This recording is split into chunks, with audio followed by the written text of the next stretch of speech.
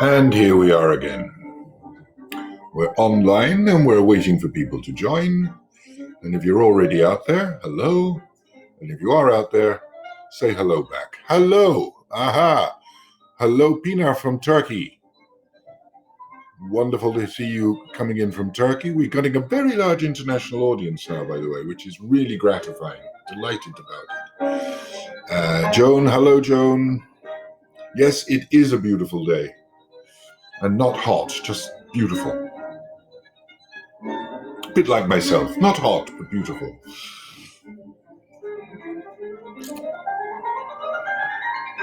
There's Richard, Damascus, Ontario. So we've got Turkey and Canada and Squirrel Hill, all in the one group. And the Czech Republic, Zuzana. There we go.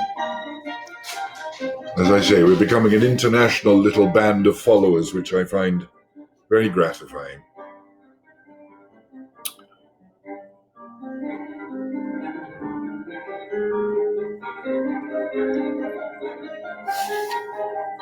I have to keep leaning into my screen to see where people are coming in from. It's not that I'm lurching at you, it's just that I'm old and I can't read. Hello, James. And Kathleen in Sliverty.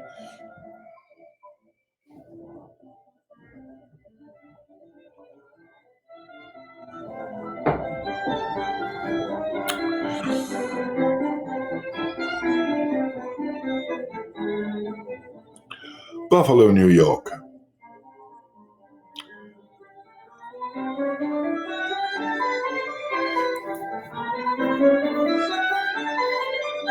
Buffalo, New York, of course, is the home of the other Irish and Classical Theatre, and I must confess, the original Irish and Classical Theatre.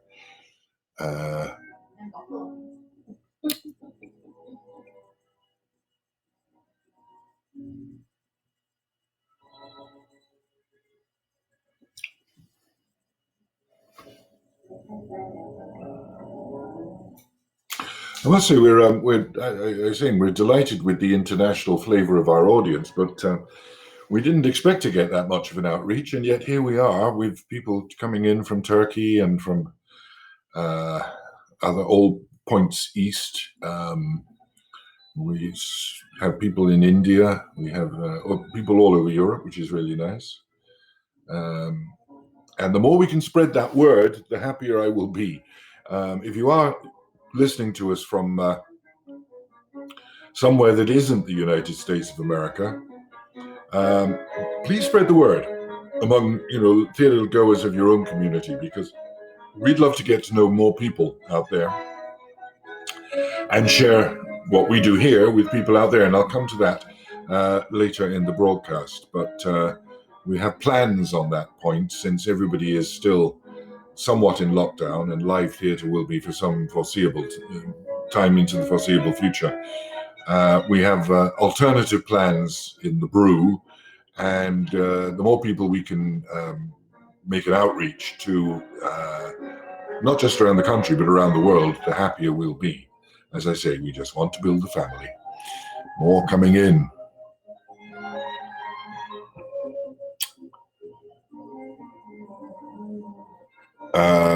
Pinar, is there a problem with the microphone and the audio? Your voice is like blows up. I don't think it's at our end. I think the problem may be your end. And it's maybe when I lean in to look at things. Yes, that might become rather loud. If it's okay when I'm talking at this distance, which is what I usually am, then you should be okay. If not, then just press the reconnect button and see if that helps.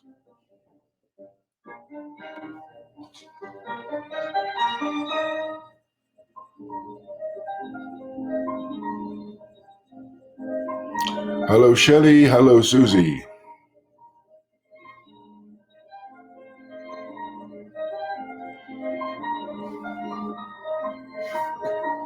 If anybody's interested, if you can hear the music in the background this week, it's Schumann, one of Schumann's piano trios. In fact, it is the Actually, it's not the trio, it's the quintet in E flat. I should have checked before I said that, shouldn't I? Yes. Anyway. Schumann, Opus 44, third movement. Scherzo.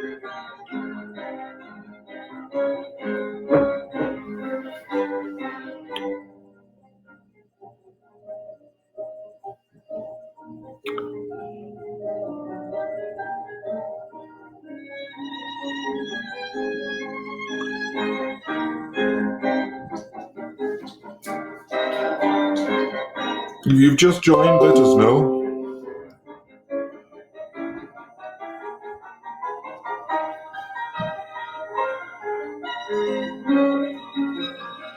Hello, Marianne.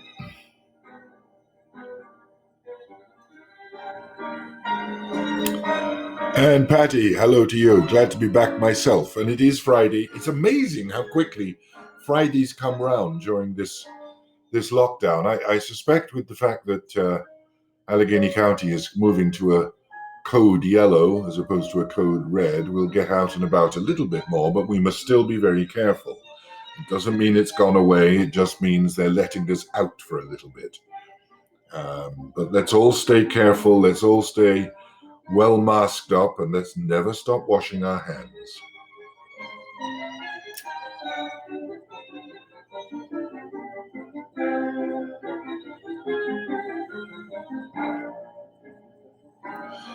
Thank you, Nicola. We are all trying to keep safe here in the US. Sometimes it's not as easy as you might wish, but let's not get political. As long as we all take care of ourselves and remember that the person you're standing next to, you could infect. So be responsible for yourself, be responsible for your neighbor. Very simple principle to work by. Work by that and there won't be a virus.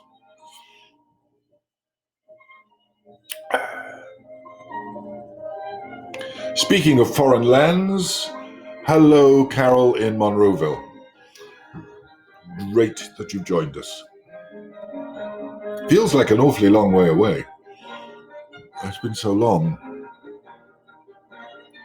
Anna from Indiana, welcome back. Hello, Grace. I know who that Grace is.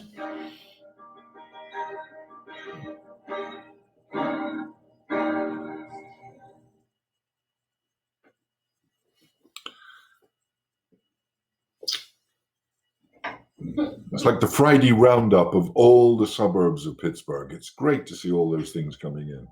There's a big circle all around Pittsburgh of people tuning into this. I love it. Apart from the people all around the world, I love the people all around Pittsburgh who tune in.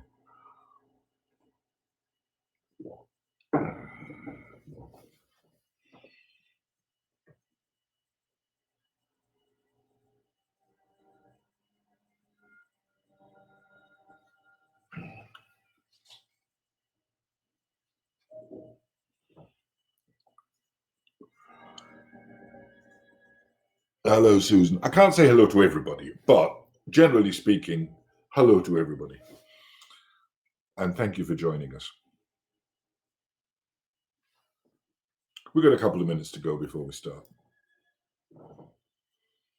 So if you want to grab that cup of coffee, now's the moment.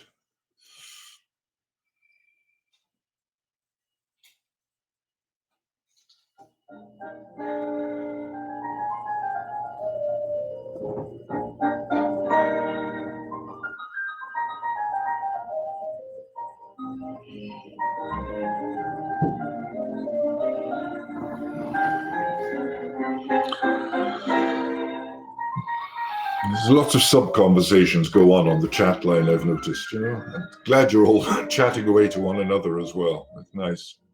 It's like a family gathering.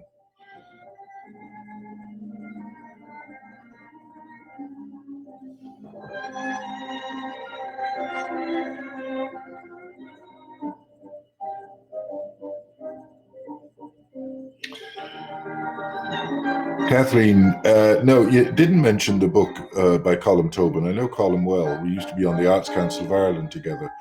I must try and get hold of that book. It's very interesting.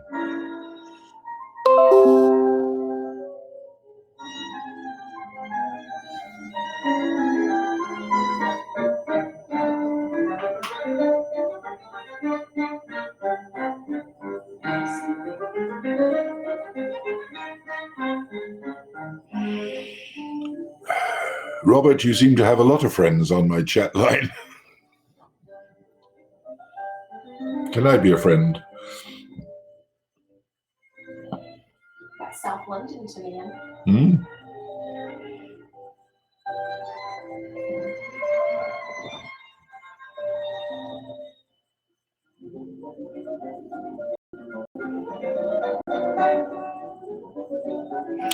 Hello, Judy from Rochester. Even further in deeper upstate New York.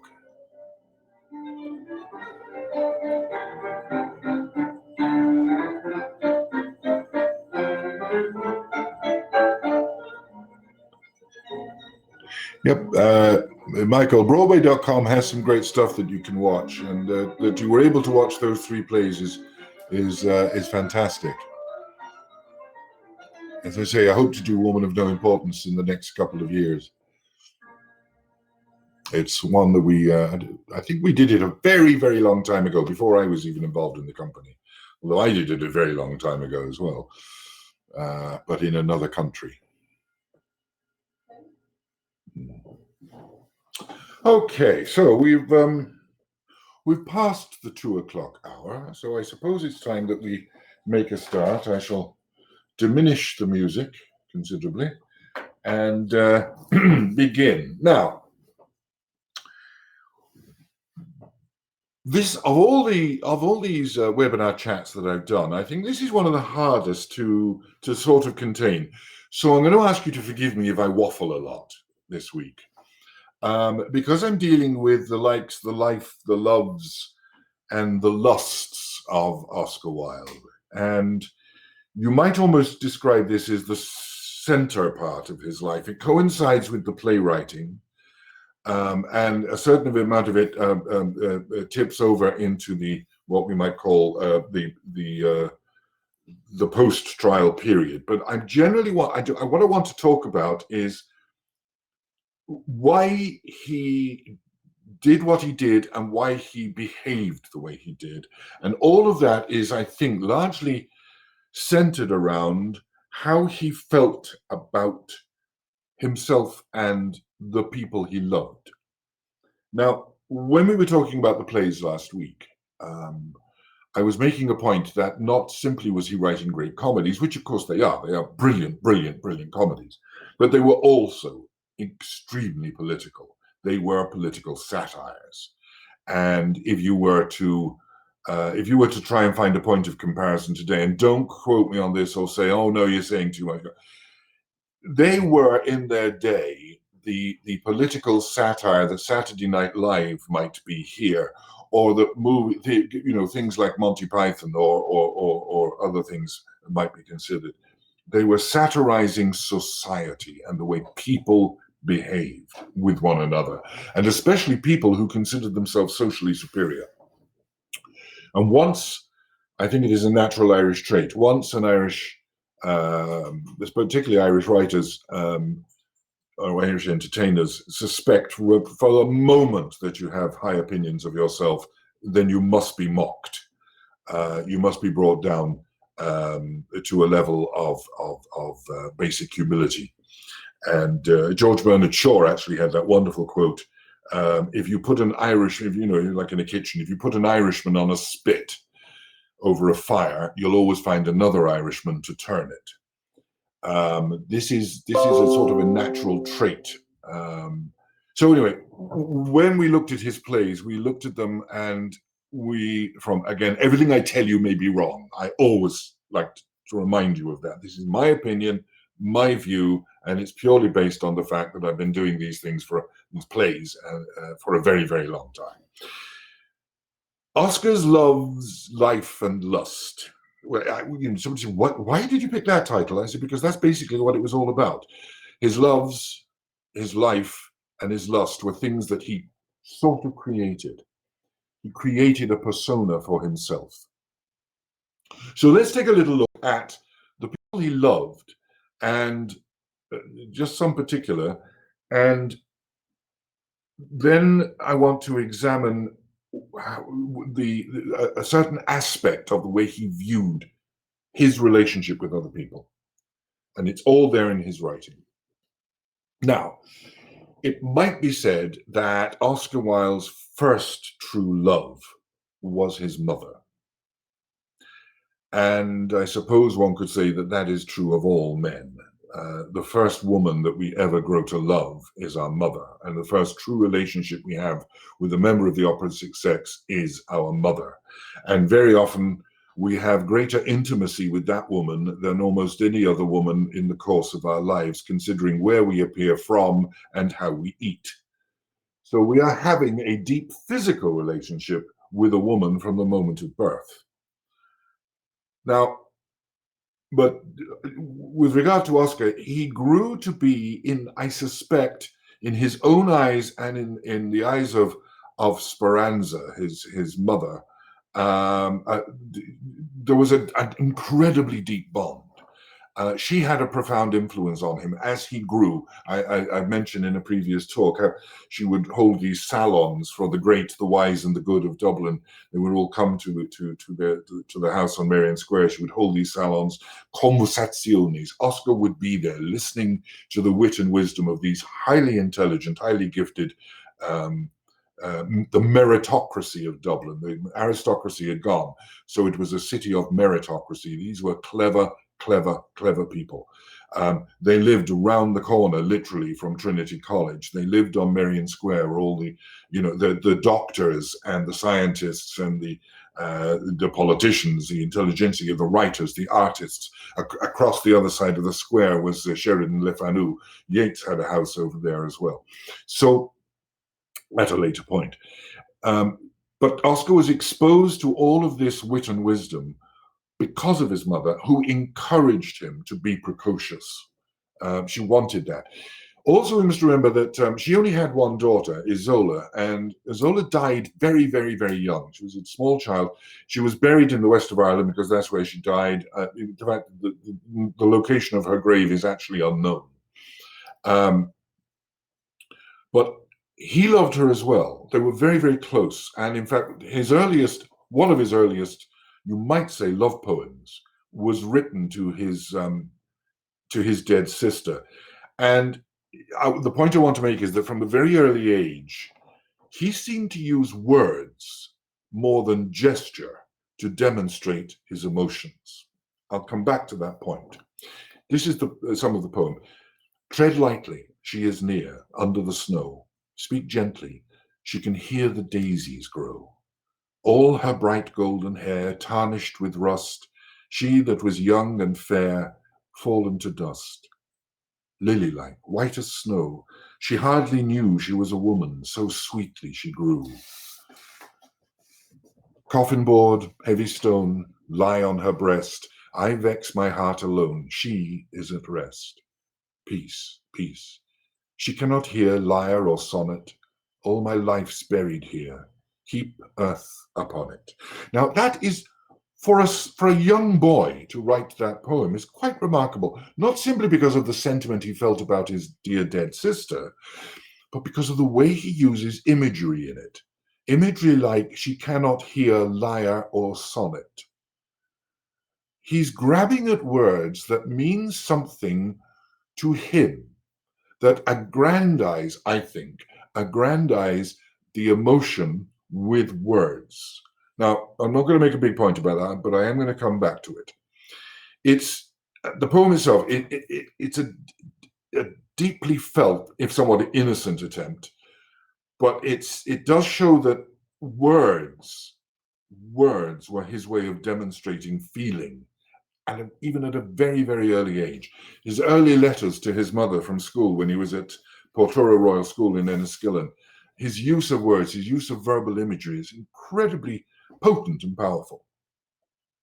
And as I say, his mother, Speranza, absolutely encouraged this precocity in him, this ability to use words and the flow of ideas. I mentioned before that the relationship with his mother as he was growing was one of deep friendship, almost like a shared wickedness. As I said, I mentioned he once wrote to a friend, "I want to introduce you to my mother. We are founding a society for the suppression of virtue." Speranza herself advocated. She was women's lib years before women's lib was even thought of. She was an Irish nationalist when it was still unpopular to be so for the Protestant community in Ireland. She was advocating that women should throw off the restraints of corsetry and dress themselves in Greek gowns. She was for the female form, not for its reshaping into things that men happen to like the look of. So she was a liberal. She was a social liberal. She was a poetic liberal. She was highly intellectual, highly gifted, a collector of Irish fairy stories. She published them.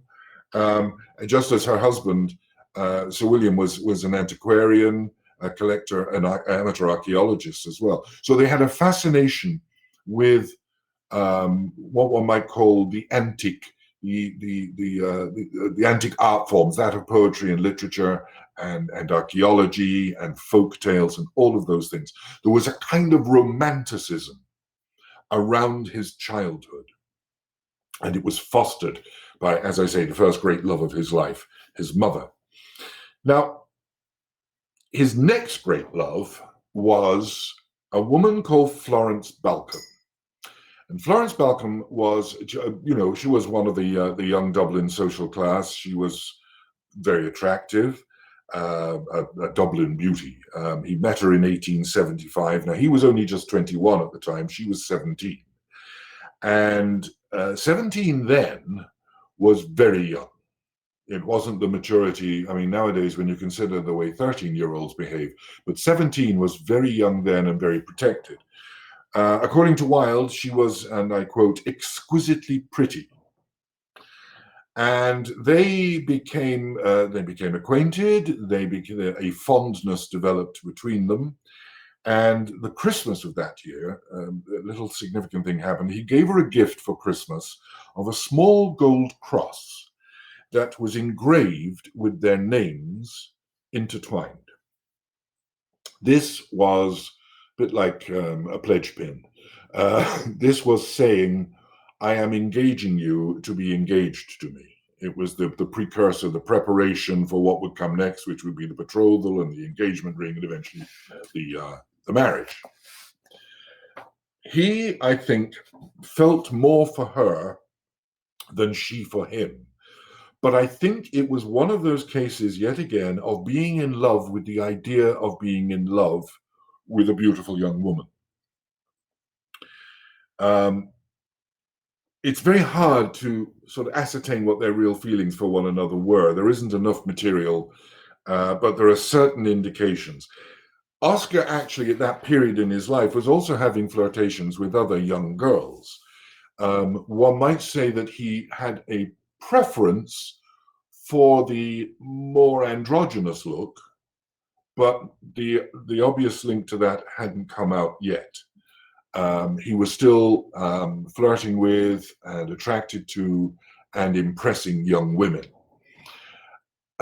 Florrie Balcom eventually got a little tired of this and met another friend. This was an acquaintance of Oscar who had, he had befriended Oscar through Trinity. He was older than Oscar, but had introduced him to various societies and what have you. He was of a literary bent himself, another Dubliner. He became a novelist and also went on to be the manager for Sir Henry Irvine at the Lyceum Theatre in London. His most famous book was, of course, Dracula, for this was Bram Stoker. And Florrie eventually married Bram Stoker. And Oscar was somewhat peeved that she had been, in a way, carrying on with Bram Stoker behind his back. He felt that that was somewhat duplicitous, that she should have deceived him in that way. It's interesting because all of this was teaching him a little bit about life and how he might eventually lead it. When she married Stoker, Oscar wrote her a letter, and I think it was one of the nicest letters of reproach ever written, because he asked for the return of the gold cross, which, and he asked for its return since she could never wear it, as their names were entwined and her husband would not approve, and that even though the cross might mean nothing to her, wait for it, it would forever remind him of these 2 sweetest years of all my youth, when the currents of our lives had flowed together. That's a way to put somebody down. But the important point is that it wasn't, I'm really hurt, I'm really upset, give me back that cross, you bitch. It was a beautiful, poetic, romantic notion of I am a suffering artist. It was, dare I say, somewhat narcissistic. That the letter was written not for Florrie's benefit, but for his own, and that he could then grieve beautifully about it. I'm going to, I say narcissistic because I want to read you another little thing that comes from, it's a very interesting book if you can get a copy of it, The Table Talk of Oscar Wilde. Very, very good. Short little vignettes that he put together and wrote. And this one is called The Mirror of Narcissus. Quite short. When Narcissus died, the flowers of the field were stricken with grief and begged the river for drops of water that they might mourn for him. If all my drops of water were tears, replied the river, I should not have enough to weep for Narcissus. I loved him. How could you help loving Narcissus, said the flowers. He was so beautiful. Was he beautiful? Asked the river. Well, who should know better than yourself, said the flowers, for every day lying on your bank, he mirrored his beauty in your waters. But I loved him, murmured the river, because when he leaned over me, I saw the reflection of my own beauty in his eyes. Now, there's actually a couple of different variations on that story. But the principle is the same, that what we are talking about is not grieving for the loss of a love, but grieving for the loss of being loved by that love. In other words, there was a kind of inherent selfishness. The river did not mourn the passing of Narcissus. The mirror, or the water mourned the loss of that reflection of itself. And I think that is a very important aspect that's there in the very early days. Oscar's kind of evaluation of himself as something very special. But it had everything, all of those emotions always seemed to come down to words, words, words, as Hamlet might say.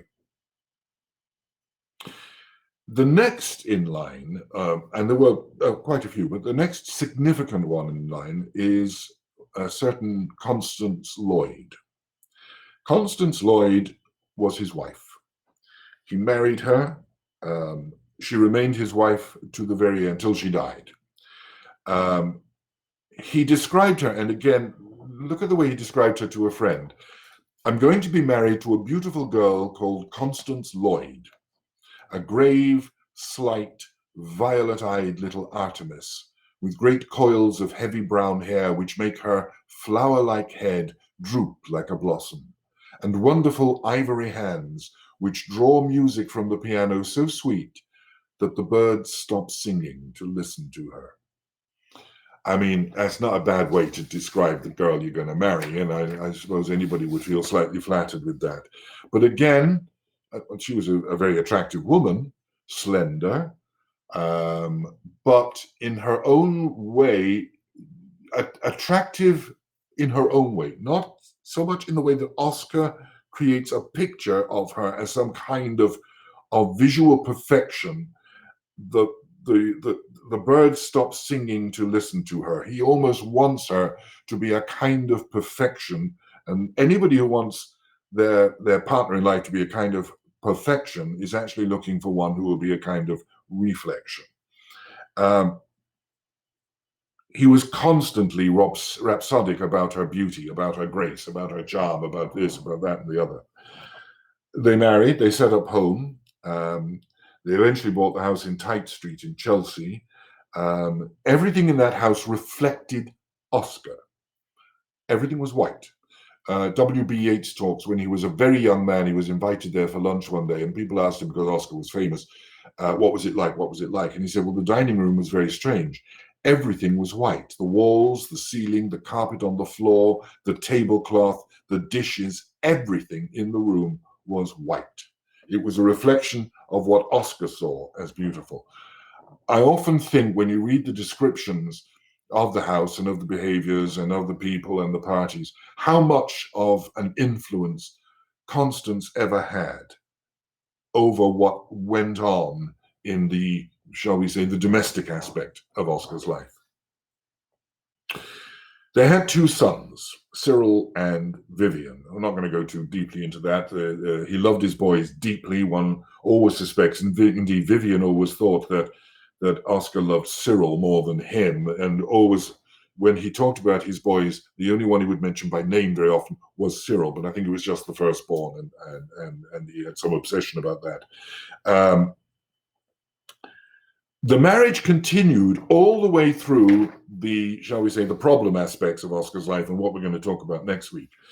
But he did become estranged from her as the reality of marriage set in, the reality of being a wife and a mother. It began to discomfort him. He wrote to friends of how difficult it was to accustom himself to the way that marriage and childbirth and being a mother had actually affected. Sorry, forgive me for stopping for a moment, but I've just had a computer problem, which I'm now solved. The aspect of being a mother deeply, of her being a mother, deeply affected him. He couldn't get accustomed to the fact that when you've had two children, your body is not the same. You become a different shape. It came to the point when even for him, kissing became an unpleasant act. He didn't, in that sense, stop loving the idea of her. It was the actuality. She, on her side, became quite stoic about it. She, first of all, she didn't quite, or certainly never referred to, the goings on that happened in the background on the darker side. She knew he was a flirt. She didn't know as much about the other side of it, the non-woman side of his life, but she almost accepted her lot. And I don't think she ever really lost her love for him. Certainly in his darkest moments when he was in Reading jail and his own mother died, Constance was living in Italy at the time, in Genoa, and she wouldn't let anybody tell Oscar that his mother had died.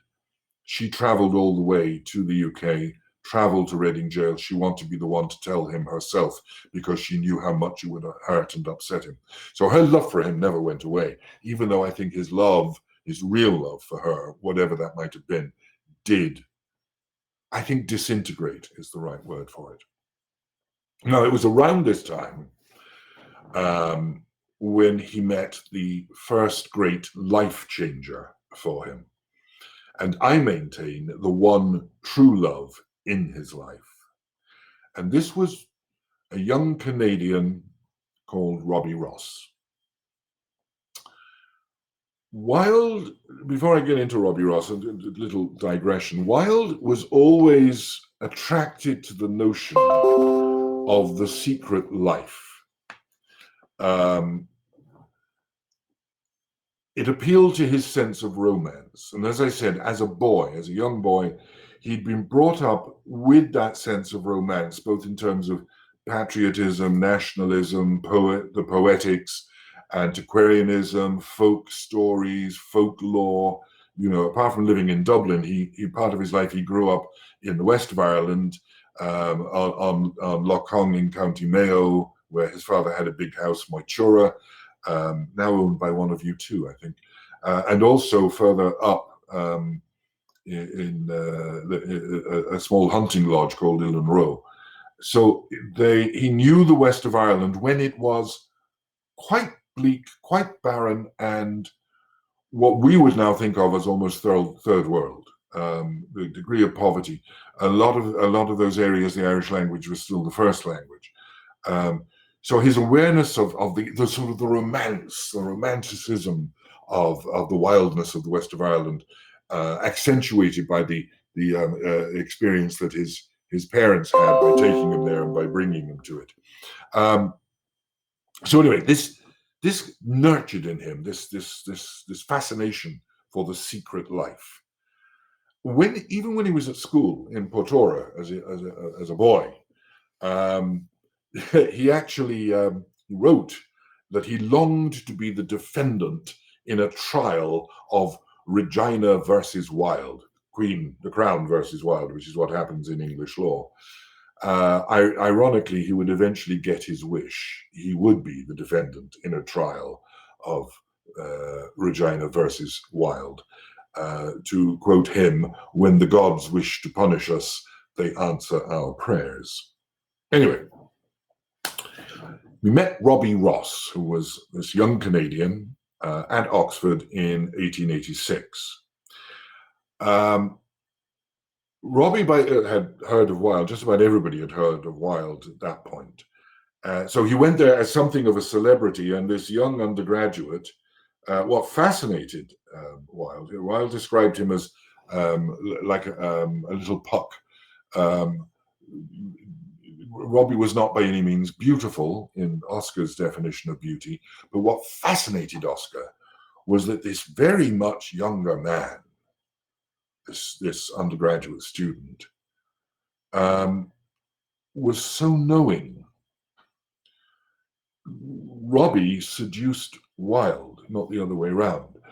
Up to that point, we have no evidence that Wilde had any homosexual experience at all, whatsoever. But he was presenting himself as the aesthete. That sort of an extreme camp behavior that we've come to associate with the liberation of gay thinking and of gay activity was totally novel in the Victorian era. And Oscar had become known for being this aesthete, this delicate flower, and the use of the sunflower and the long hair and all of that, which was parodied, in fact, by Gilbert and Sullivan in the what's his character's name, Blunthorne, in their comic opera Patience. So he was presenting an aura. So he goes to Oxford to, I think, deliver a talk, and is met by this young man, Robbie Ross, who promptly seduced him and became his regular lover. A little side point here. Oscar was, if you're delicate about this topic, I don't care. Oscar was not interested remotely in anal sex. It did not appeal to him. He did not find it attractive. So Robbie, as far as we can understand it from what letters and other materials available, adapted himself to satisfy Oscar's wishes, and developed Oscar's interest in the other forms of physical sexuality. Oscar was quite happy with oral sex. He was quite happy with other forms of hugging, touching, kissing, caressing, and non-anal penetration. Robbie, I suppose you might say, educated him in the art of homosexual love. And to coin a phrase, Oscar never looked back. The important point was not simply that he had discovered the inherent true nature of his psyche, that he was in fact homosexual, but it also opened up to him an opportunity for something that he had been craving for a long time, a secret life. And a secret life with somebody who was not merely a sexual partner and offered sexual gratification, but did it in a way that was both furtive, dark, dangerous, illegal, irresponsible, romantic, and with a young man whose intellect could match his own. His conversations with Robbie Ross were some of the most valuable experiences that Oscar cited in terms of being in a relationship with anybody. And when in fact he talks about that in the great letter De Profundis that we'll talk about next week, he mentions the fact that just out of one conversation with Robbie Ross over a cheap dinner in a small restaurant, he managed to produce an entire essay called The Decay of Lying. Robbie was his intellectual stimulus, not just the physical lover, the deepest and deepest of friends. He was known as Oscar Wilde's devoted friend, and I do recommend there is a book called Oscar Wilde's Devoted Friend that we will put on the reading list after next week's program, which tells you the story of Robbie Ross. He went on to become utterly fascinating. But the connection with Oscar, after Oscar died, Robbie had to deal with the burial. He had a temporary grave in Berneval. Robbie bought a grave in Père Lachaise, commissioned the great angel that is over it. And if you actually visit that grave and you go round the back, you'll see a little grating thing, and in there are the ashes of Robbie Ross. So he is buried with Oscar as well. After Oscar died, after the trials, Oscar lost everything he ever owned, including the copyrights of his writing. And so that meant that his wife and his sons had nothing to inherit. Robbie gradually bought back all the copyrights and was the first person to publish the complete works of Oscar Wilde. He got Methuen to do it. I think it was 1908. So this was a real love. And I put forward that Robbie Ross was the true single love of his life, because Robbie stayed true to that love long after Oscar's own death. He went on, in fact, Robbie went on to become, I think the title was Surveyor for Death Duties. In other words, if you died and you had lots of valuable stuff, Robbie Ross had to go and check it all out and decide how much he had to give the government. So he started off as the servant of Oscar Wilde and ended up as a high-grade civil servant. But anyway, Oscar adored him. Robbie lived in a place called Phillimore Gardens in London, and so one of my favorite little Oscarisms, I've got to find it.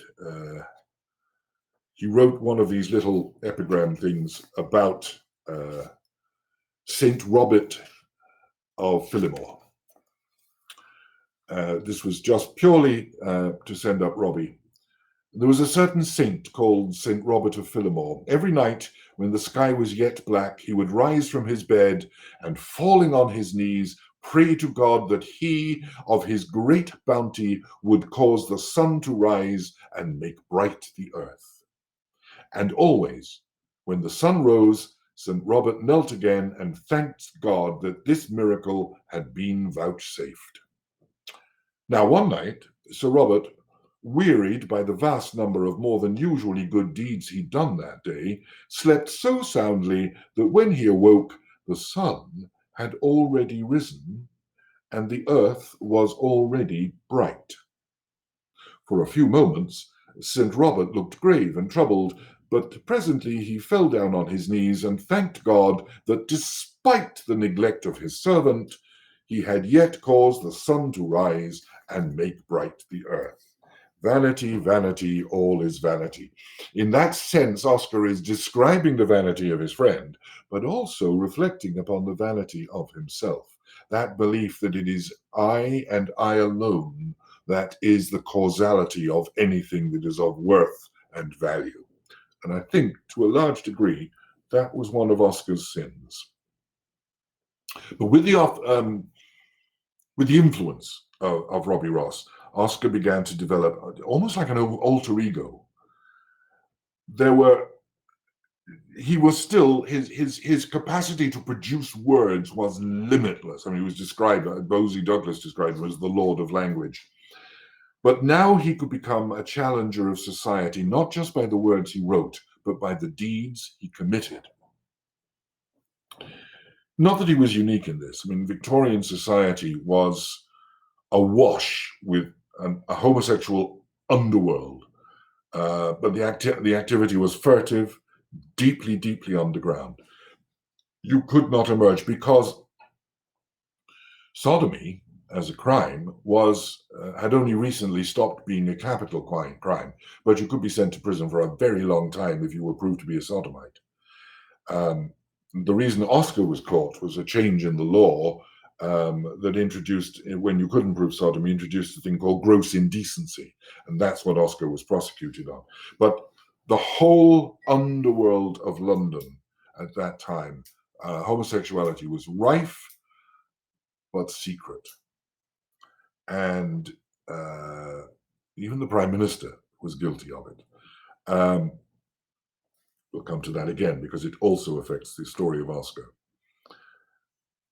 But he maintained the pretense of marriage all the way through this. He and Constance still lived together in apparent harmony and bliss.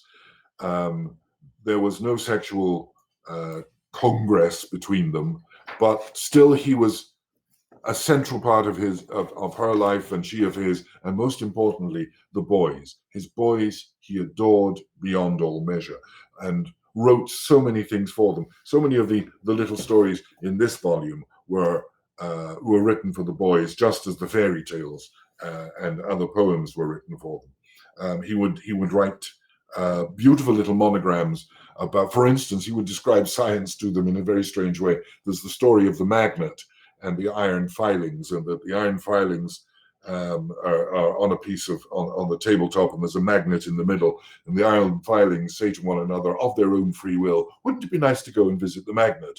And slowly and slowly and slowly, they're all moving and moving and moving towards the magnet until they completely surround and cover the magnet, and they're all delighted to be at the magnet, still under the strange delusion that it was their idea in the first place and not that of the magnet. And suddenly, through that charming story, he has described the whole effect of a magnet on ferrous objects to his young sons. He also had a wicked sense of humor with regard to these things. And again, he wanted to subvert. He wanted to live in both worlds, I suppose. He wanted to live in the subverted world of wickedness while maintaining that the public persona of the man of grace, charm, and wit. But even religion was not safe from him. Here's one. After Jesus had come to the place where the dead man was laid, he cried out with a loud voice, "Lazarus, come forth." And he that was dead came forth. And at length, when they had loosened him from the grave clothes that had bound him, Lazarus did not fall down at the feet of the one who had awoken him, but remained in silence and apart. And Jesus drew nigh to where he was standing and spoke to him in a whisper and said, "You who have been dead for 4 days and are now come again to us again, tell me, what is there beyond the shadow of the grave?" Lazarus looked at Jesus reproachfully and said, "Nay, but why have you spoken falsely to me? And why do you persist in telling these lies about the wonder of heaven and the glory of the eternal God? For know this, Rabbi, there is nothing after death, and he who is dead indeed." When he heard this, Jesus raised a finger to his lips, and with an imploring look, he said, "I know, but don't tell anyone." That kind of wickedness was his best way, I think, of both preserving that notion of being a wit and charming, saying things that were completely unacceptable at the time, and educating his children, all in the one movement. So this wonderful pretense became eventually harder with the advent of what one might describe as his greatest passion. And I say passion rather than love. It's been described as one of the greatest love affairs of the 19th century, the great love affair of the Victorian era, that of Oscar Wilde and Lord Alfred Douglas.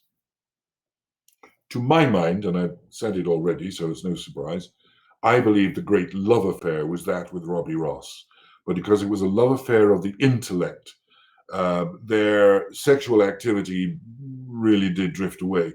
But his understanding of his need for Robbie as an intellectual, spiritual, and emotional partner was huge.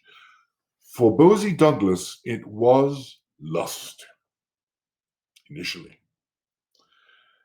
And I maintain the notion that he was happier writing about and talking to and talking about Robbie than he was being with him. Yes, there was the sex. Although interestingly, after Oscar died, Bosie eventually wrote a book, rather a disgusting little book in which he basically denied everything that ever happened. Lived to a grand old age in constant denial of the relationship, which absolutely everybody knew about. Lord Alfred Douglas was the son of the then Marquis of Queensberry. And for those of you who don't know, this is the same Marquis of Queensberry who established the rules of boxing.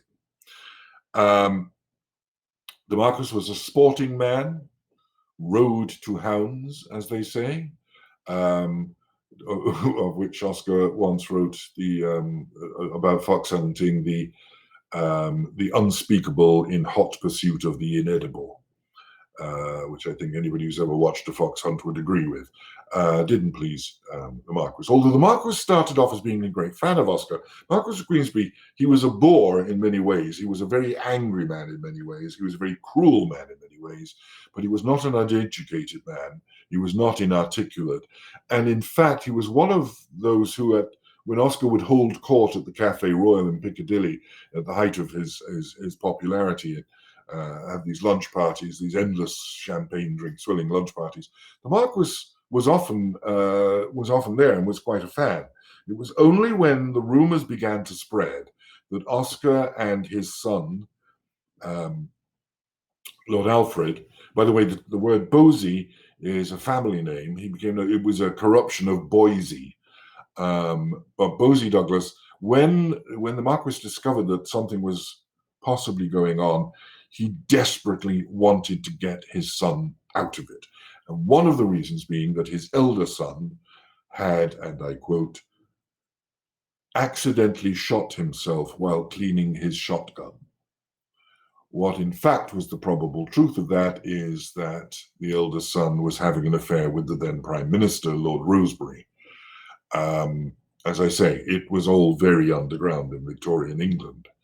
But having lost one son to the sin of sodomy, he didn't want to lose another.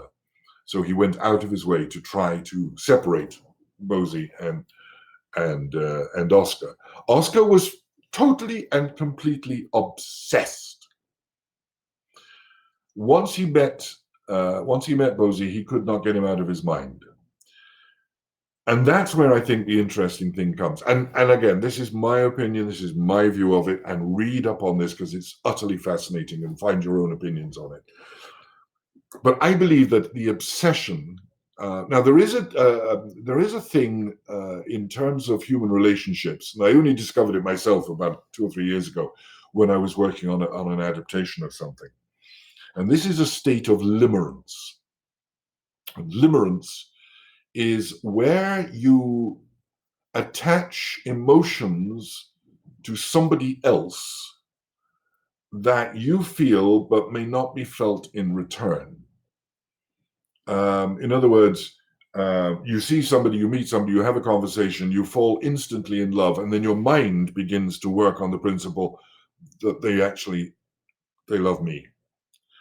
It's part of the narcissistic. And I think that I've always felt that Bosie Douglas totally used Oscar as a mechanism for enjoying life, feeding himself, having money, being recognized as a man about town. Oscar gave him a kind of social grace and awareness among the intelligentsia that he wouldn't have had merely as an aristocrat. So to my mind, this relationship with Bosie Douglas was one of obsession rather than a shared love. And always words, words, words, words, words. The letters that he would write to Bosie, one of which was produced in court in the first trial, and I'll be talking again about that next week, the Slim Gilt Soul letter. Oscar loved describing Bosie. He loved talking about Bosie. He built this idea of this perfect young love. He never got anything back from that. all he got was constant demands, constant expectations. And again, I'm jumping ahead. Next week we're going to talk about it in De Profundis, the great letter from Reading Jail. But whether this was a love or not, I sincerely doubt. What it certainly was a lust. And if you compare the relationship he had with Robbie Ross and the relationship he had with Bosie Douglas, just give some time thinking that through. Read about it and think it through. I think you may agree with me which one was the true love.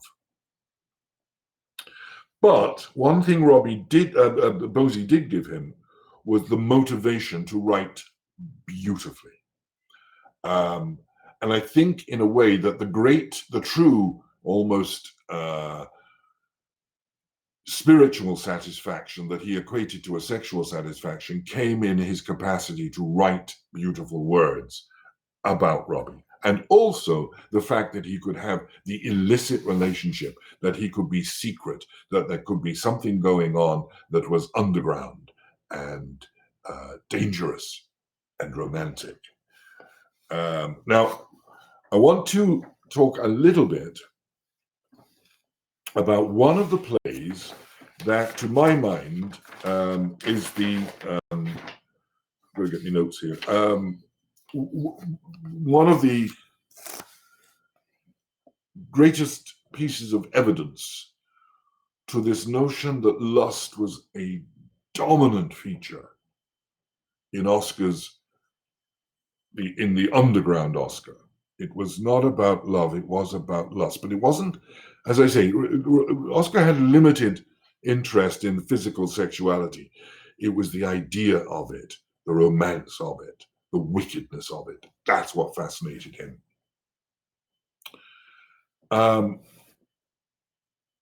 So I'm going to draw some parallels here. And I want to talk about the play Salome. And by the way, if people are interested, after we finish this cycle of talks, if people are interested, I'm fascinated by the play Salome. I was involved in it for 20 years. But if people would like it, and we'll ask you to write in on it or send us an email, I will do a program. I'll do a whole session just on the play Salome. In fact, we might get 2 programs out of it. But it is an extraordinary piece of writing. It is a prose poem. It is a play, but it is also a prose poem. When you read it, it takes about, I think we actually once read it straight through, 47 minutes. Although when we performed it, and it was the first play I ever directed for PICT, it takes about 2 hours, the way we stage it, because it is an exquisite expression of language. This is a character who is lusted after and discovers lust.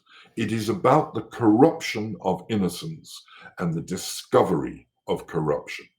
It is about beauty, and it is about incredible ugliness. It is the story of John the Baptist and the daughter of Herodias. That's how they're referred to in the Bible. In the Bible, and you can go and check it, she's not called Salome or Salome, as she keeps being described here in America. Salome is much nicer. In the Bible, she's not referred to that way. In the Gospels, no mention. The only time Salome is mentioned in the Gospels is one of the women who attended the cross with Mary, the mother of Jesus, and Mary Magdalene. But in the case of the death of John the Baptist, she is simply described as the daughter of Herodias.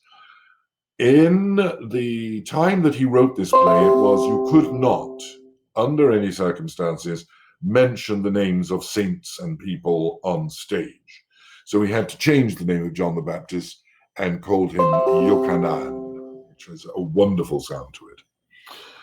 So this play, to my mind, it begins to demonstrate to us the wonderful joy, a passion that lust can provoke.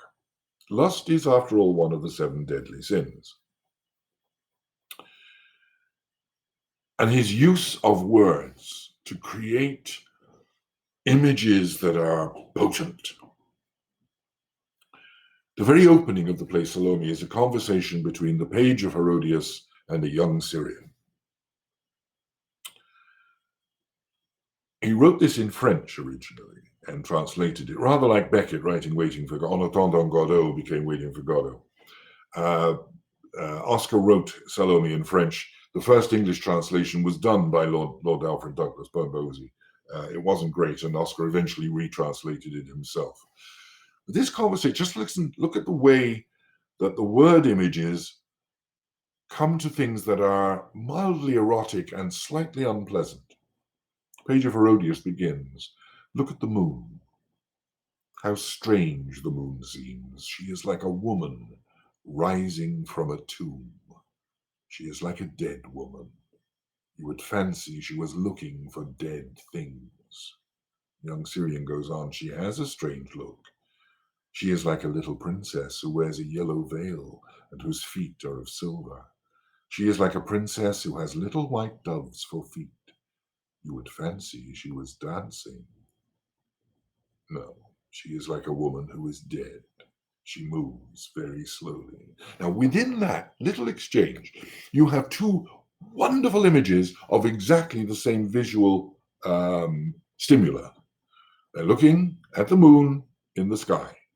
One of them sees a dead woman rising from a tomb, looking for dead things.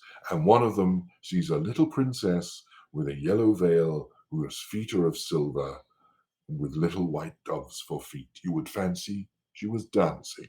They're both looking at the same moon.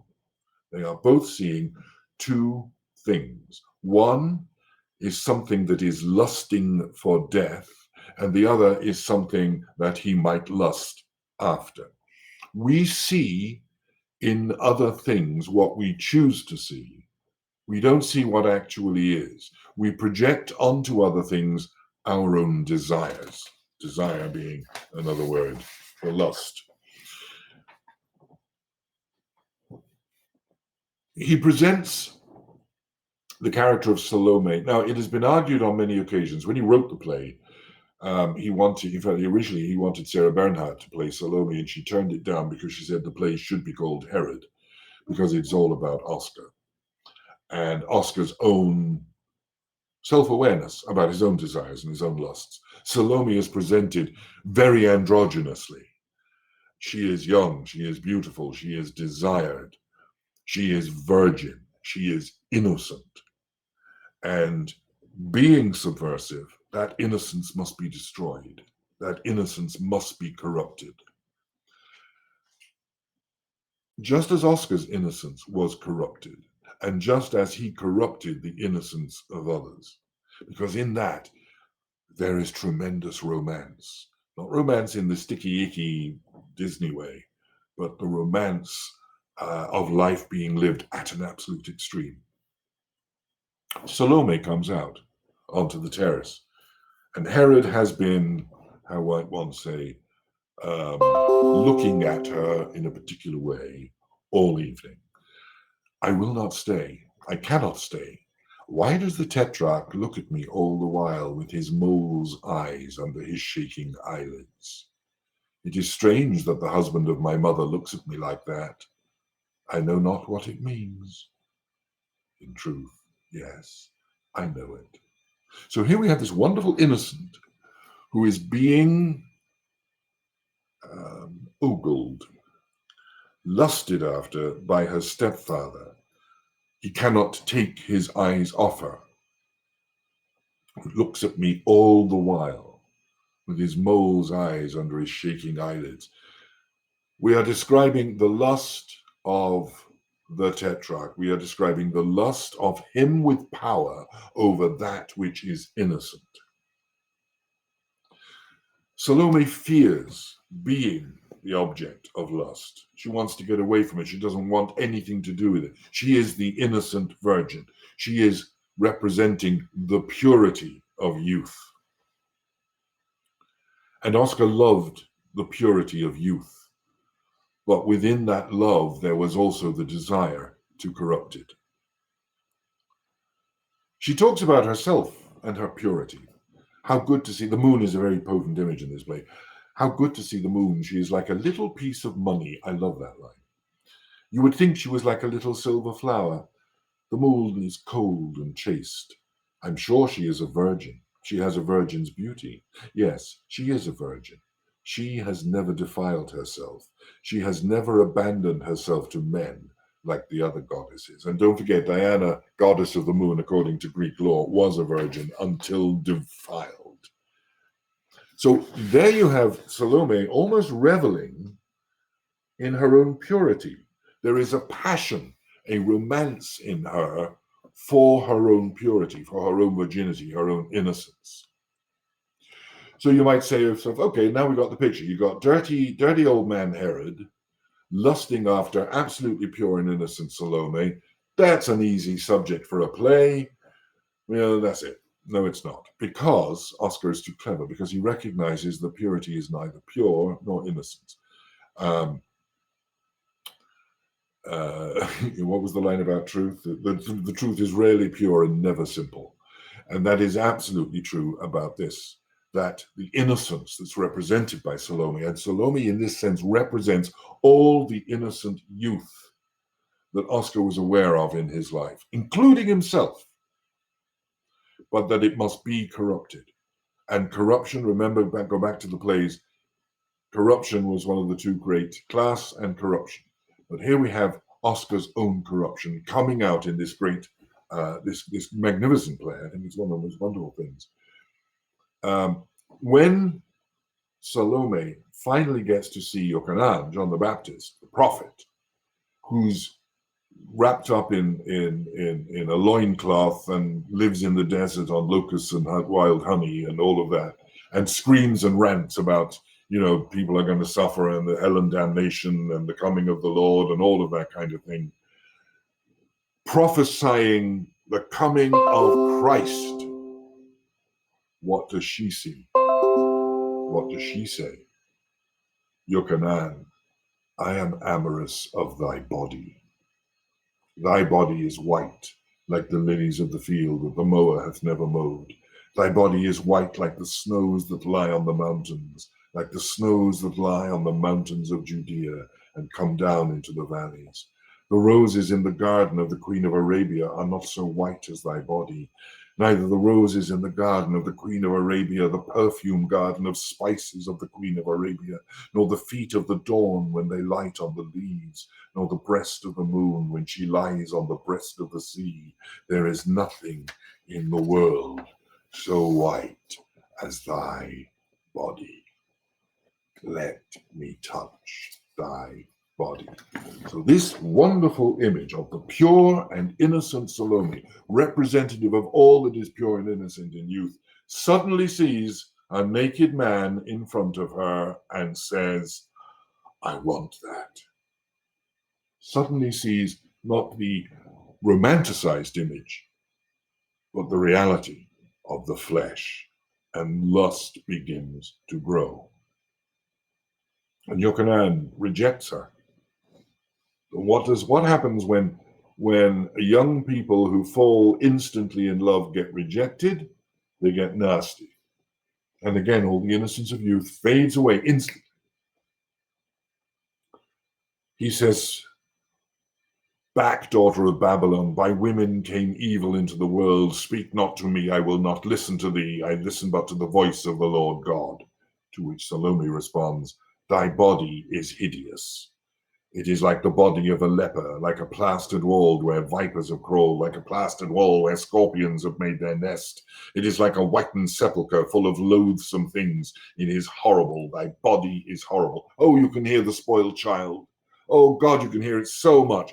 This is Oscar at his cleverest, because he is demonstrating exactly how human beings behave when their desires are expressed, when they expose themselves by saying, this is how I feel, this is what I want, this is how I love, this is what I want you, I think you're beautiful. And somebody says, nah, well, I don't like you anyway. I think you're horrible and I think you're ugly. It's humanity expressed at a high level of poetics. But there's an interesting thing about this as well. it's not about conventional sex. It's about using words to express that heightened rush of emotion, the bubble that comes up inside, or used to come up, the bubble that comes up inside that says, I want, I want, I want, I want. And here he uses words as the, because he realized words are being weapons. Words can seduce and words can corrupt far more than any actual sexual encounter, because words, in a strange way, do not defile. When you have been sexually assaulted with words, you're still a virgin. When you have been sexually seduced with words, you're still a virgin. You can go back and do it again and do it again and do it again. Words are magic. And Oscar was always the lord of language, always could do things and say things with words that could corrupt and purify almost in the same phrase. Simple things, the simplest use of words. Herod, when he begins to talk, when he comes out and begins to talk to Salome, there are little moments that are absolutely disgusting, and you wouldn't notice it unless you look for it. Salome, come drink wine with me. I have here a wine that is exquisite. Caesar himself sent it me. Dip into it thy little red lips, that I might drain the cup. I'm sorry, that's... Come and eat fruit with me. I love to see in a fruit the marks of thy little teeth. Bite but a little of this fruit, and then I will eat what is left. I mean, it is so insidiously seductive. It is glorious. It is one of the great truths. In the mouth of the right person, words can be deeply, deeply sensual, deeply seductive. They are full of sex. But they are also, they give you the greatest capability of seduction. And that's what Oscar wanted to demonstrate, I think, that in the underbelly of every human relationship, as he perceived it at that point, because his relationships with women had never worked out for him, this wonderful discovery, this underground, subterranean world that he had begun to inhabit that was full of corruption, as far as he was concerned, as far as society was concerned. He had condemned the corrupt in society on one level with those 4 major plays, but here he was living in a world of another kind of corruption, in which he was betraying the society in which he lived, betraying his wife, betraying his children, as far as he was concerned. To him, it was a magical, mystical, wonderful, romantic world, and he was a master within it. Just as he was a master in the conventional, normal world, he had become, as it were, a master in this subterranean, corrupt world. And there's a further quote, and I'm going to read it. It's a little bit longer, but it comes from the other great corrupt piece that he wrote. He wrote novels as well as plays and poetry. And one of them, for instance, is the wonderful, he basically wrote it for young people, but it is a glorious and romantic story when you come to the end of it. It's heartbreaking. The Canterville Ghost. He wrote one of the great murder mysteries called Lord Arthur Savile's Crime. But he also wrote one of the most potentially corrupt and corrupting books in the period at the time, and it was condemned, and that is The Picture of Dorian Gray. Now, there's a thing about this whole notion of corruption.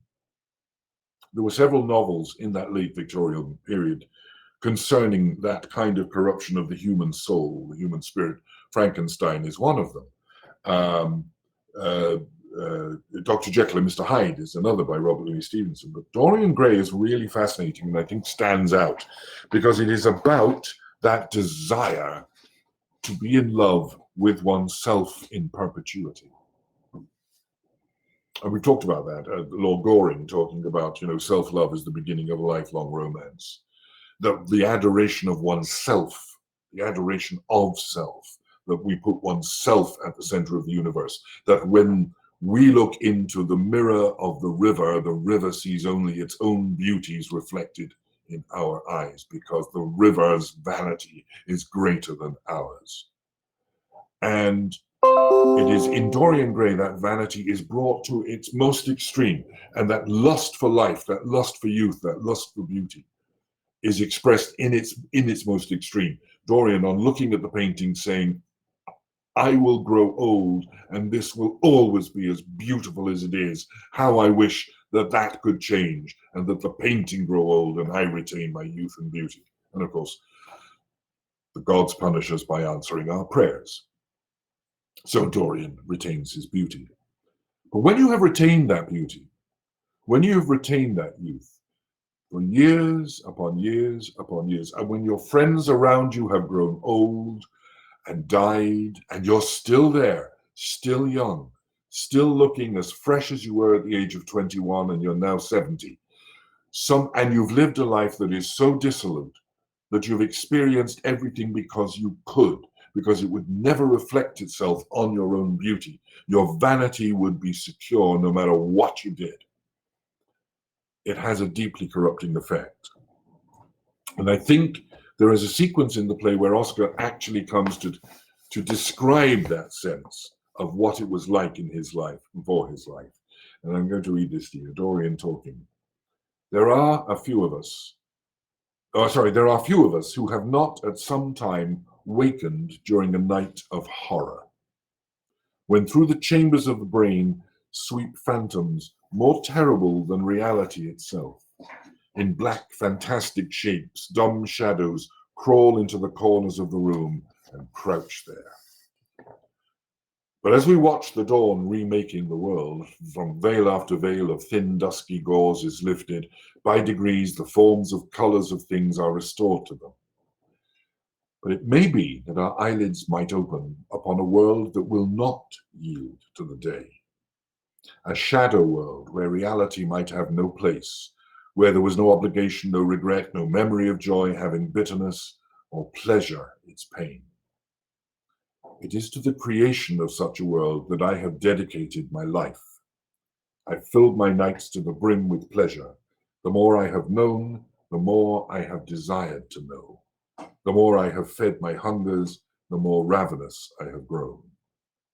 My life has been my art. I have been both the actor and spectator in my own play. My days have been my sonnets. Now, there is something in that passage that I find sad, deeply sad, because I think that Oscar, in a way, is talking about his own sense of what he has done. That to have nightmares is fine if the brightness of the day can replace them.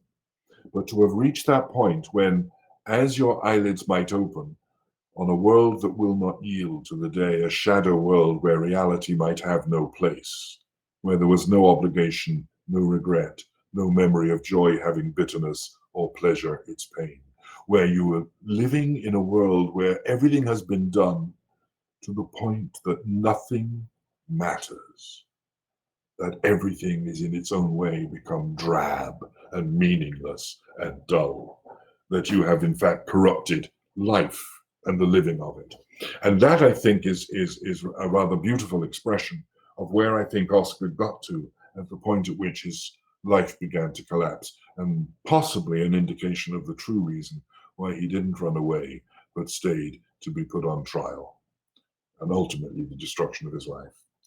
And on that point, we'll pick it up next week when we discuss the trials and one of us has to go. So that is a view, and as I say, this is the most difficult of the talks I've done because we are talking about something that rages through Oscar's life, and I could probably do 4 or 5 more on this topic, but let's leave it for the moment. Got a couple of questions come in. Did Ross and Douglas know each other? Yes, they did. In fact, I think it was Robbie Ross who introduced him to Douglas. Were they jealous? Well, I don't think so. I think it was a very open thing. I don't think Bosie was capable of being jealous of anybody except the fact that Oscar would spend any time away from him when he wanted Oscar, and yet he would walk away whenever he chose. I'll talk about more of that next week. But I don't think it was, there was what we might conventionally call a jealousy. And in fact, they all introduced each other to everybody, and some of the young men that Oscar was put on trial with had been introduced to him by Bosie. So no, it wasn't a major jealousy.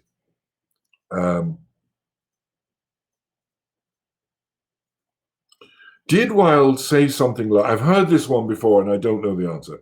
I don't know what the Queensberry rules are, but the Wilde rule is to shoot on sight. Did he say that to the Marquis? I hope he did.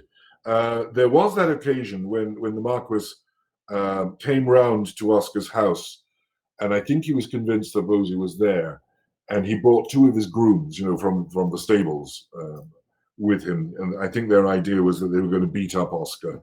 What they failed to recognize was that Oscar was my size, which is 6'4", shall we say, well constructed. And Oscar actually threw the two grooms out of his house. He literally physically picked them up and threw them. He was a big, tough man. So I would like to think that Queensberry did say that, but I'm not sure. I don't know whether he did. It sounds like one of those things that may have happened. Can I speak more of my experience in performing Salome? I could go on for hours about that. I was very blessed. There were two great acting blessings of my life. Was from the Gate Theatre in Dublin. Was that I played Pozzo in that what became world famous production of Waiting for Godot, and that I played Herod in Salome in the same year. They were both first staged in 2008. And this particular production was directed by Steven Berkoff, who was a disciple of Lecoq, Jean Lecoq, great mind, French mind. And so the whole production was geared around the Lecoq principle. And when I restaged it here in Pittsburgh, I staged it in a slightly different way, but with the same principle. As I say, I played the role for 20 years. I always like to say, I got fat playing Herod. I was actually looking some pictures the other day. I was putting pictures upstairs in my writing room, and I found a couple of photographs of me as Herod in 2008 and compared them to me as Herod in 2000 and I said 2000, I meant 1988, and then compared them to pictures of me as Herod in 2008, and expansion had taken place. But it was an extraordinary experience. It was one of those rare occasions when I learned, having been acting for a long time at that point, I suddenly relearned how to act. It was a discovery about something in myself and the capacity to use words that I'd always had, but that suddenly it was like, when you're doing a jigsaw, and you're looking at it, and you're looking at it, and you're looking at it, and then suddenly everything goes into place. And it was one of those experiences. I've always believed in the use of the word. I've always been fairly good at the use of the word. But it was doing Salome and using Oscar's words with that degree of specificity and that degree of understanding of the value of the sound and shape of a word. And one of the nicest things ever said about me was that somebody was watching the play and could see my words coming to them through the air. And I thought, that's what Oscar wanted. That's the way he wanted this to be. So it was a very precious experience for me. I still think it is a magnificent, exquisite piece of writing and an exquisite piece of theatre. And even though we did it here, when the first time I directed here, which I think was, I staged it here in 2008 as well. It was the last time I did it in Dublin, first time I staged anything here. I would like to do it again at some point. But I didn't act it here. We had that wonderful Canadian actor, Jim Mason, played Herod. But when the circumstances are right, I would like to do it again, because I think it's one of those plays that people should get an opportunity to see, to see the magic of language at its very best. It's like doing the best of Shakespeare. Doing Salome is doing, to my mind, one of the best things that Oscar ever wrote. Another question coming. Hurrah!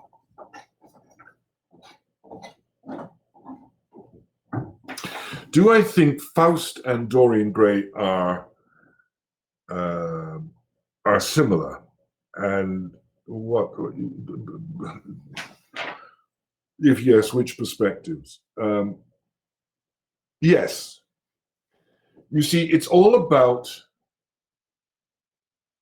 I suppose in a way, it's all about that, it's Book of Ecclesiastes, chapter 1, verse 2. Don't go rushing to your Bibles.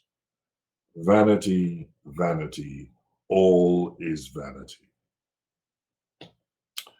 It was the phrase that gave Savonarola a complete career in the city of Florence, and his bonfire of the vanities. It is all about vanity. Why does Faust want to live or to sell his soul so that he can see everything and do everything? And it is vanity. And it's that notion of you sell your soul for knowledge. You sell your soul for knowledge, but it doesn't save you from hell. So there's a religious significance from that. But even knowing that you're selling your soul, we all do things sort of knowing the consequences, but not quite caring enough to not do it. And rather like, as I said the other week, there's nobody on the planet. You can walk up to any front door and knock on it. And when somebody comes to open the door, you say, we know about it. Everybody's going to be guilty because we are all guilty of something. It is the same thing. We have all made decisions to do something, knowing that the consequences are not going to be great, but our own vanity, our own greed, whether it's for knowledge or power or good wine or sex or whatever, we still go for it. And our vanity makes us believe, and I think that's part of the limerence thing I was talking about. Look up limerence, it's an interesting topic. Is all part of that vanity thing as well. Faust wants knowledge and is prepared to sacrifice his soul to get it. But he forgets that he has to pay the price. Dorian wants youth, eternal. Lord Henry, when he has this first conversation with Dorian Gray, you've got to value youth. There's nothing so special as youth, nothing so important as youth. Everything else leaves you. Everything leaves you. You can have all the wisdom and thing, but everything that you truly value about yourself goes. You become old. Youth is the most precious thing. To retain my youth, I would give up everything. And then he goes on to say, except sleeping in late and drinking alcohol and other things. But it is vanity again. That vanity is tied to lust because we lust after it. Savonarola was right in a sense when he said, if you have beautiful paintings of naked women, it's lust and it is feeding your own vanity. And you can say, no, it's by Michelangelo and therefore beautiful. But I'm sure that there's many people who have stood in front of the statue of David by Michelangelo and thought this is an exquisite work of beautiful art. Just as many people have stood there saying, God, I wish I had a body like that myself, or I wish he was with me in bed tonight. Lust is also part of our appreciation of the human condition and the human body. So I think Dorian is like Faust in that sense, in that it is a lust for his own youth. It's not that he wants to live forever, it's that he wants to stay young. But there is a price to pay, because everything we do in our life writes itself here. Everything we do. You are the sum total of your own experience. And what you do with your life will write itself on your mind, on your soul, on your body. If you have removed that, it's got to go somewhere. And one of the beauties of that particular book is that it demonstrates to us what we do to ourselves by putting it into the painting. That the painting itself, the picture of Dorian Gray, is written on the canvas. And it is not the picture of Dorian Gray as the beautiful young man, it is the picture of his life. and that is why he cannot bear to look at it. There's a wonderful moment in the book when he takes the artist Basil up to the attic to look at the painting, just before he kills Basil. And Basil, they throw back the cloth covering the painting, and Basil looks at it and has this wonderful line, "Oh, Dorian, what have you done with your life?" And it's so profound. It's such a brilliant moment of writing, because the picture of our lives is written on us.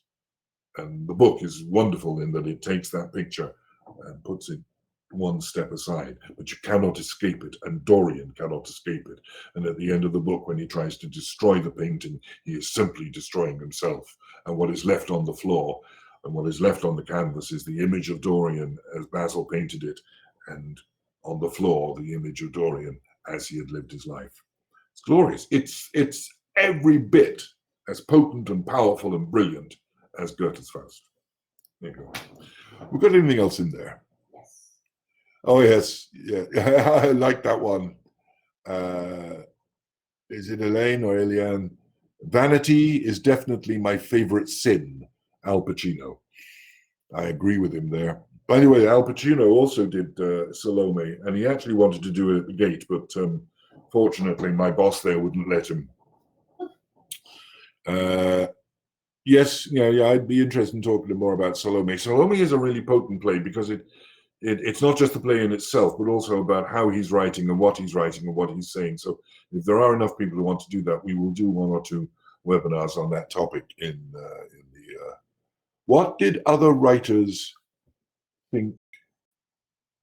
What did other writers think? I presume that's think about Oscar. Oh, sorry, I've got it there now. So a terrible thing keeps coming up on screen. Sorry. My screen is behaving badly today. I hope yours is better than mine.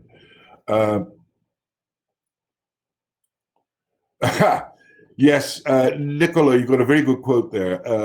What did other writers think of Oscar? Apparently Noel Coward said, "I'm reading more of Oscar Wilde. What a tiresome, affected sod. I wonder why I would have thought he was a fan." Well, yeah, he was a fan. But as I said, I remember in my introduction to when we were talking about the Irish writers, that Oscar Wilde was, he was a glorious, wonderful, magnificent, self-satisfied, self-opinionated human being. He was his own worst enemy. Everything about him. He was self-pitying, but he was a brilliant writer. So you have to differentiate slightly between the person and the work. It's like saying Caravaggio was one of the most remarkable painters of the human condition ever.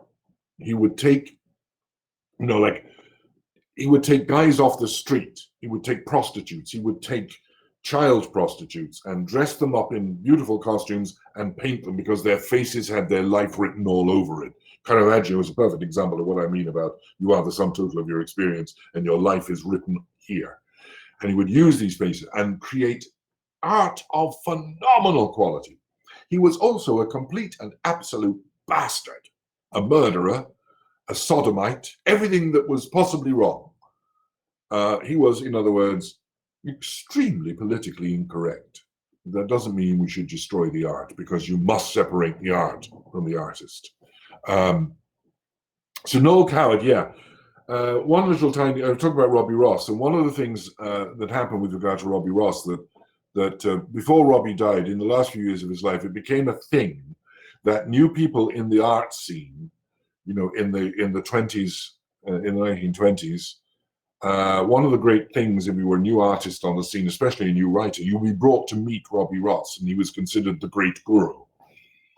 And just before Robbie died, the last young writer brought to meet him and his connection with Oscar was the very young Noel Coward. And Robbie apparently was most impressed by him because he reminded him so much of Oscar, which is possibly why Coward hated the connection. But no, Coward was deeply influenced by Oscar. And I agree with him that Oscar was an affected sod, but he was the only effective sod in this actor's life that I would love to have dinner with nightly.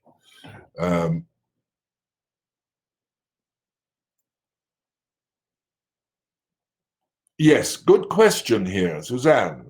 You're the one in Turkey, I think. If Wilde was, in a way, a feminist, and in his other works, the women are always quite smart, then why in Dorian Gray is the women were really one-dimensional in a way that are either always dumb or ugly? It's a very good question. I think because we are seeing the women in that book through the eyes of Dorian and Lord Henry. And Lord Henry, who is a wicked person, he is a corrupting influence in the way that Lord Illingworth, in A Woman of No Importance, is corrupting. And in fact, in the writing of Lord Illingworth and Dorian, and Lord Henry in the book, Oscar used a lot of the same dialogue. He gave the words of Lord Illingworth to Lord Henry, because, you know, as I said about Oscar, never waste a good line by only using it 5 times. But Lord Henry is wicked, and so we never really see his wife. We never really see the women in his life. Dorian falls in love not with a woman. Sybil Vane he doesn't fall in love with. He falls in love with the characters she plays. He doesn't see her as a woman, just as Lord Henry doesn't see his wife as a woman. The other two, the Duchess, is painted rather one-dimensional. If you look deeply enough, you see that there's something in that character trying to connect with Dorian, but Dorian never sees that. He only sees her beauty. And the other woman, who is described as having a really remarkable ugliness, is Oscar, again, putting into the mouth of his character the cruelty that men, the way that men would treat and discuss and talk to women. So I think the answer to the question, and it's a tricky one, is not that Oscar was writing one-dimensional characters, but that the male characters in his book saw them as one-dimensional characters. And that's how they are described, through the eyes of Lord Henry, through the eyes of Dorian. When we hear Dorian talking to Lord Henry and Basil, when they meet for dinner in the Bristol, and he says, I'm in love, and it's wonderful, and she's beautiful, and she's this, and she's extremely, and she's everything, and she's glorious. And then slowly he goes on to describe, you realize he's not talking about the girl. He's talking about Juliet and Rosalind and Imogen and all the characters in Shakespeare that this remarkable young actress plays. And he's not seeing the remarkable young actress, he's only seeing the characters. So the answer to your question is, because you've got to read the book and the characters for themselves and not from what we might wish from the outside. I don't know if that answers the question, but it's the best I can do. Yes, thanks for your answer. Oh no, she's the Czech one, not the Turkish one. I beg your pardon. You are the Czech one. Yeah, okay, so we're coming to the end of my time and yours. We do say 90 minutes for this particular session. So we've got 2 things to do. One is last week's trivia question, which was in our production of Lady Windermere's Fan a few years back, 7 years back. Who played the butler? It's not a role, the part of the butler is not one of the major parts, but we did manage to get one of our major actors to play it. The answer to the question was David Whalen, and the winner was Tobias Chisnall. A man has won, finally. Let's get in there, men. We want more of you. So, Tobias, you will get tickets to our first presentation of our next season, whenever that may be. This week's trivia question, and it'll be up online as well, but on the website. I mentioned earlier on a certain person, known from her poetry and nationalistic fervor as Speranza, Oscar Wilde's mother, Lady Wilde. But what I would like is the first person out of the hat by midnight, our time, to tell me what was the actual given name of Oscar's mother. And there are 3 names involved, 3 words. It's a 3-word answer. What was Oscar's mother called before she married Sir William Wilde? There's your trivia question of the week. We'll be back next week discussing what we might call the final chapters of Oscar's life. I will do a program on Salome if enough people are interested.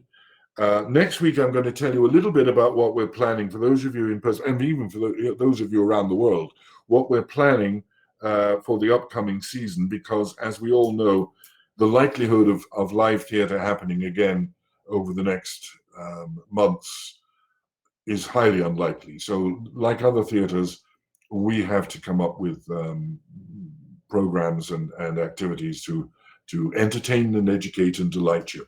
And I'm not particularly in favor myself of those sort of, let's all sit on Zoom and read a play, because I think we can do better than that. So I'll have more news about that next week's webinar, and an announcement about what we're going to be doing in the next few webinars, because I am going to keep this going, not just me. I'm going to get other people to come, because eventually you'll get tired of me. You may already have done so. But we will be keeping this going on Friday afternoon. So until next Friday, thank you for being with us. Be safe, wash your hands, wear your masks, don't take risks. Come back and see me next week. Bye now.